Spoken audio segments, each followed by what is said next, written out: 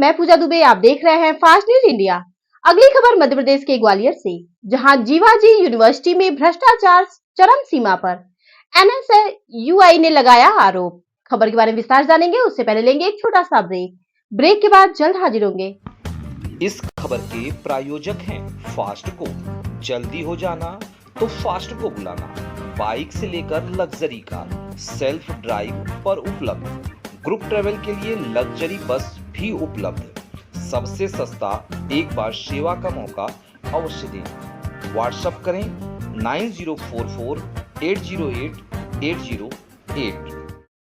Break के बाद आप सभी का स्वागत है। खबर मध्य प्रदेश के ग्वालियर से, जहां जीवाजी विश्वविद्यालय के छात्रों के लिए एमपी ऑनलाइन पर फीस जमा करने की बाध्यता, जहां कियोस्क संचालकों की मोटी कमाई का जरिया बन गई है, वहीं छात्र ठगे जा रहे हैं। जीवाजी यूनिवर्सिटी के छात्रों का हिसाब जोड़े तो 13 करोड़ रुपए का मनमाना चार्ज कियोस्क एमपी ऑनलाइन वाले ले रहे हैं। देखे ग्वालियर से district bureau chief weekly Neeraj Handa की रिपोर्ट।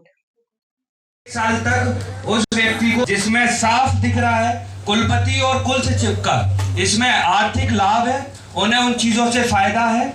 उनके द्वारा ये नियुक्ति इसलिए की गई है क्योंकि उन्हें पता है कि विश्वविद्यालय में पैसों को लेकर आज की डेट में सबसे ज्यादा दलाली विश्वविद्यालय में कुलपति कुल सचिव द्वारा की जा रही है। ऐसा कोई काम नहीं होगा विश्वविद्यालय में ना, अगर कोई चीज भी हो रही हो ना, तो उसमें केवल आर्थिक लाभ और पैसों की वजह से नियम बनाए जाते हैं, नियम तोड़े जाते हैं। और इनने तो भारत सरकार का ही नियम तोड़ दिया। ये ऑर्डिनेंस है, देखो आप। दूसरा पॉइंट है, जीवाजी विश्वविद्यालय द्वारा ऑनलाइन टोकन सिस्टम फेल हो चुका है, जिसके कारण छात्रों को परेशानी का सामना करना पड़ रहा है। 10 रुपए की जो टोकन फीस है ना, उसको कटवाने के लिए छात्र एमपी ऑनलाइन जाता है, उस पे अतिरिक्त 100 रुपए लिए जाते हैं, 50 रुपए लिए जाते हैं। कुल मिलाकर अतिरिक्त राशि का भुगतान करना पड़ता है छात्र को। छात्र विश्वविद्यालय के चक्कर लगा रहे हैं, कोई सुनवाई नहीं है। जो टोकन सिस्टम शुरू करा गया विश्वविद्यालय में, सबसे पहले तो इन्हें उसके बारे में सारी चीजें सोचनी थी। उसके जो एडवाइस कुल सचिव नहीं है।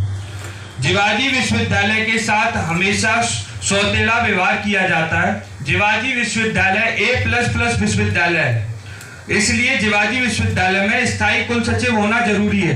कुलपति शासन को तत्काल पत्र लिखें। क्या है, जीवाजी विश्वविद्यालय में ऐसे ही जो स्थायी कुल सचिव नहीं है, ये स्थायी कुल सचिव अगर जीवाजी विश्वविद्यालय को मिल जाएगा तो ये जो आज दलाली, भ्रष्टाचारी और ये सब चीजें हो रही हैं, ये देखने को नहीं मिलेगी। क्यों देखने को नहीं मिलेगी? क्योंकि जब परमानेंट गवर्नमेंट किसी को भेजेगी तो वो काम अपने दायरे में रह के करेगा। अभी जो कुल सचिव है उन्हें कोई फर्क नहीं पड़ता, उनका ट्रांसफर ही तो हो जाएगा, वर्कतुल्ला पहुंच जाएंगे, फिर वापस आ जाएंगे। वो ने दिमाग में सोच लिया है कि हमें इससे कोई दिक्कत नहीं, हम कोई गड़बड़ी करेंगे, कोई लेन देन करेंगे अपने मतलब फायदे के लिए, तो हमारा ज्यादा से ज्यादा ट्रांसफर हो जाएगा, हम वहां बन जाएंगे कुल सचिव। तो ये चीज को शासन को पत्र लिखना चाहिए जीवाजी विश्वविद्यालय के वीसी महोदय को कि स्थायी कुल सचिव विश्वविद्यालय को चाहिए। A++ यूनिवर्सिटी में स्थायी कुल सचिव होना चाहिए, नियम है। दूसरा नियम ये है, कुल सचिव कर रही हूँ। और ये जो ऑर्डिनेंस है ना, ऐसे ऑर्डिनेंस को हम फाड़ते हैं, क्योंकि जिसको विश्वविद्यालय के कुलपति कुल सचिव नहीं मान रहे हैं, ऐसे ऑर्डिनेंस का कोई औचित्य नहीं है। इनको रखना, इनको हम फाड़ते हैं। रखे ना, दोबारा फाड़ना पड़ेगा।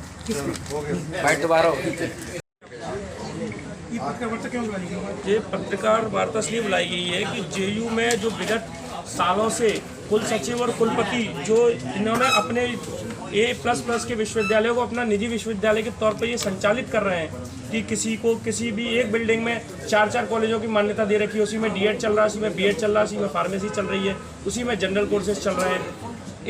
मतलब ये स्थिति है कि जेयू में इतना भ्रष्टाचार कर रहे हैं लोग, इतना पैसा आ रहा है छात्रों को लैब के सामान के लिए पैसे नहीं दे रहे हैं, छात्र अपना चंदा इकट्ठा करके लैब का सामान मंगा रहे हैं। ठीक है, इतनी अव्यवस्थाएं फैली हुई हैं, कहीं भी छात्र की कोई सुनवाई नहीं है।